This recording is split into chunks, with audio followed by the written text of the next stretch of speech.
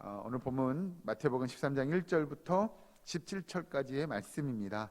오늘 본 말씀 여러분들이 잘 아시는 예수님의 비유에 관한 이야기입니다. 먼저 우리가 잘 아는 옛날에는 씨 뿌리는 자의 비유 이렇게 이야기했고요.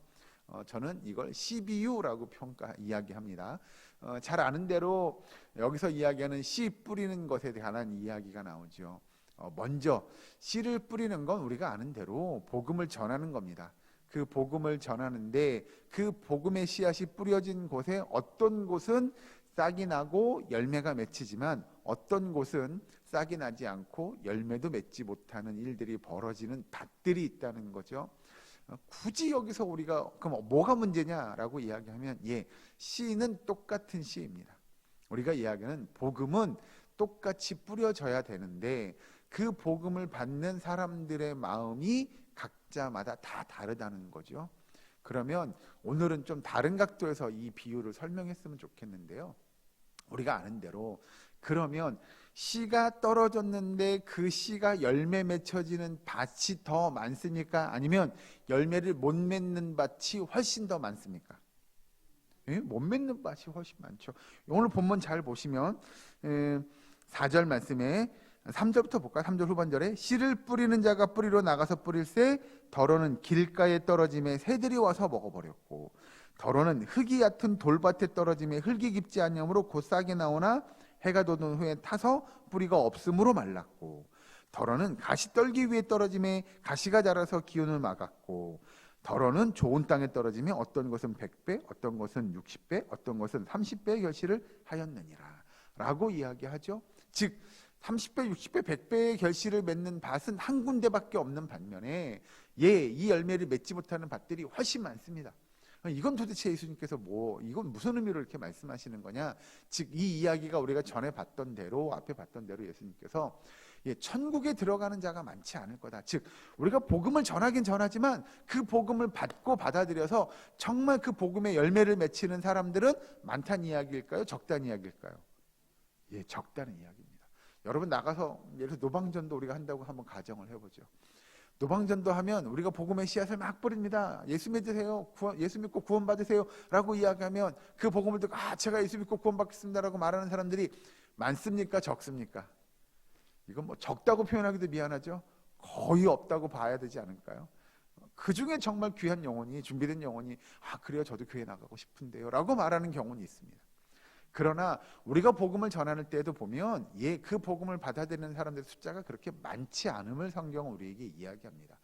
복음을 많이 여러 군데서 뿌리는 건 우리의 역할이고 우리의 해야 할 사명이지만 그 복음을 받아들이는 사람들의 숫자는 그렇게 많지 않다는 걸 예수님은 이야기합니다. 그러면 이제 중요한 겁니다.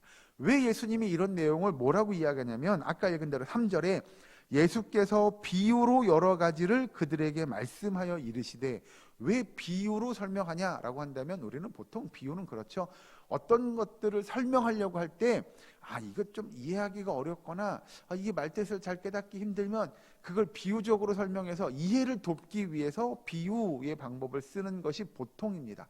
우리는 그렇게 비유를 쓰죠. 그런데 성경에서 예수님이 드는 비유는 우리가 드는 비유와 조금 다릅니다. 이게 뭐냐면 이걸 여러분 이해하려면 밑에 가서 9절 말씀 여기 다시 한번 읽어주실까요? 13장 9절 같이 했습니다. 시작. 이게 비유를 드는 이유의 목적입니다. 왜요? 귀 있는 자들만 듣게 하기 위함입니다. 그럼 반대로 표현할까요? 귀 없는 자들은 들어도 알 수 있어요? 없어요? 없어요. 그게 예수님의 비유의 방법입니다. 그러면 어떤 사람이 귀 있는 자며 어떤 사람이 귀 없는 자겠냐? 이제 10절 말씀 보시죠. 10절 보면 뭐라고 하냐면 제자들이 예수께 나와 이르되 어찌하여 그들에게 비유로 말씀하시나이까? 제자들이 물어봐요. 아니 예수님이 왜 저들에게 비유로 말씀하시죠? 그들에게? 이렇게 이야기하죠. 제자들도 궁금한 거죠. 아니 예수님 이거 그냥 직설적으로 막 이렇게 설명해주고 저들한테 그냥 카운터 펀치를 막 해서 저들이 아이고 그렇군요 이렇게 깨닫게 해주면 얼마나 좋았겠어요. 그런데 예수님이 그거를 아리송하게 이야기하시는 거죠. 그러니까 제자들이 물어봐요.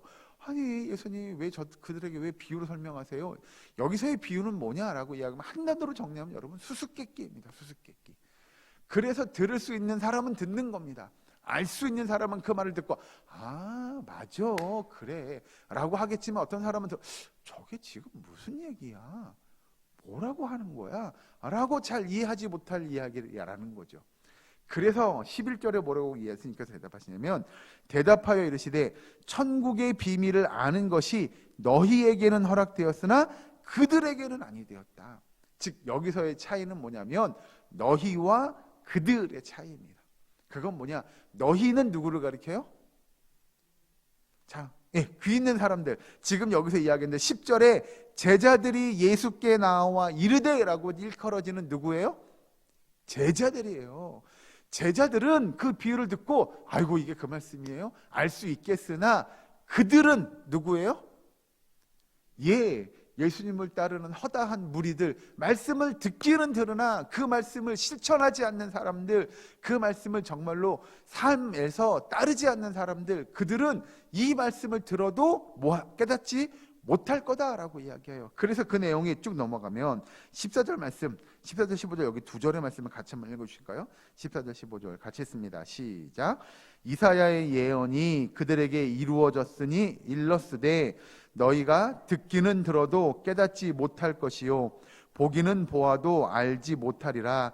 이 백성들의 마음이 완악하여져서 그 귀는 듣기에 둔하고 눈은 감았으니 이는 눈으로 보고 귀로 듣고 마음으로 깨달아 돌이켜 내게 고침을 받을까 두려워함이라 하였느니라. 아멘. 이게 뭔 내용이냐면요, 이스라엘 백성들이 죄가 완악해져서 그들이 하나님의 말씀을 들어도 또 보아도 깨닫지 못하게 하시겠다고 하나님께서 이사야 선지자에게 말씀하신 내용이에요. 즉 하나님의 말씀을 들었는데 저게 지금 뭐 어떻게 하라는 거야? 뭔 내용이야?를 깨닫지 못하게 하시겠다. 결국 이건 뭐냐면 하나님의 말씀을 들어도 백성들이 깨닫지 못하게 하는 건 하나의 하나님의 진노의 심판이에요. 벌주심이에요. 쉽게 표현하면 그 15절 끝에 이는 눈으로 보고 귀로 듣고 마음으로 깨달아 돌이켜 내게 고침을 받을까 두려워한다. 이거 누가 하는 얘기냐면 하나님께서 하시는 얘기예요. 저들이 내가 전한 선지자들을 통하여 내 이야기를 전달하라고 했는데 그들이 듣고 돌아와서 그들이 회개하고 고침을 받을까 두려워한다. 아니, 저들은 뭘 받아야 돼요? 고침을 받을 일이 아니라 벌을 받아야 돼 라고 하나님께서 이사야 선지자를 통하여 말씀하시는 거죠. 그러니 그 내용이 예수님의 시대에도 적용이 되는 거죠.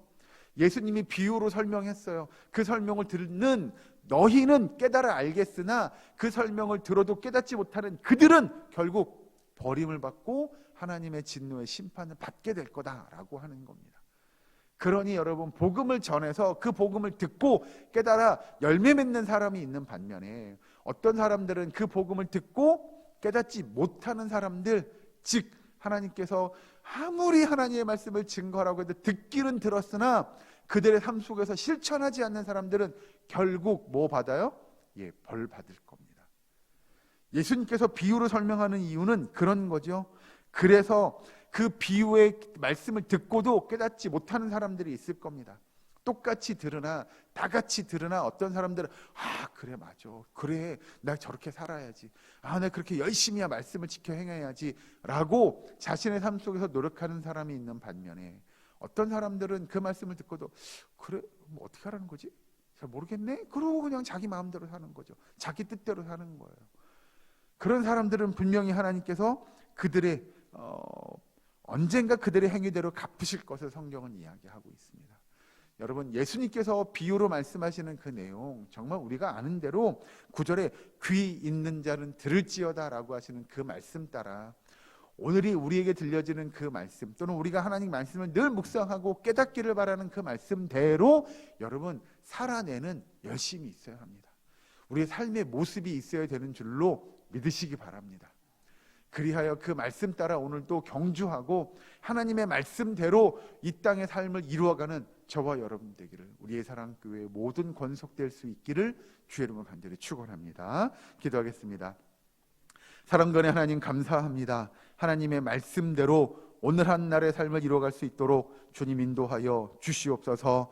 주님, 정령 귀 있는 자는 들을지어다 라고 말씀하신 주님, 그 말씀대로 주의 말씀 듣게 하시고 깨닫게 하시며 실천할 수 있는 믿음과 용기와 능력을 주께서 허락하여 주시옵소서. 아버지, 오늘 하루도 기도하기 원합니다. 이 기도의 삶을 이루어가게 하시고 또 특별히 우리가 간구하며 주님 앞에 기도할 때 우리의 기도와 간구의 내용들을 들으시고 응답하시고 역사하여 주시옵소서. 특별히 이 시간 기도하기는 우리 가운데 아파하며 힘들어하는 환우들을 기억합니다. 아버지, 그들에게 위로를 더하시고 병고침의 기적과 같은 역사들을 허락하여 주시옵소서. 저들을 강건할 수 있도록 주께서 변화시켜 주시옵소서. 아버지, 이 시간 성령의 충만한 은혜가 이 시간 이 자리에 임하고 우리의 기도 가운데 임하기를 간절히 바라옵고 나오며 예수님의 이름으로 기도하옵나이다. 아멘.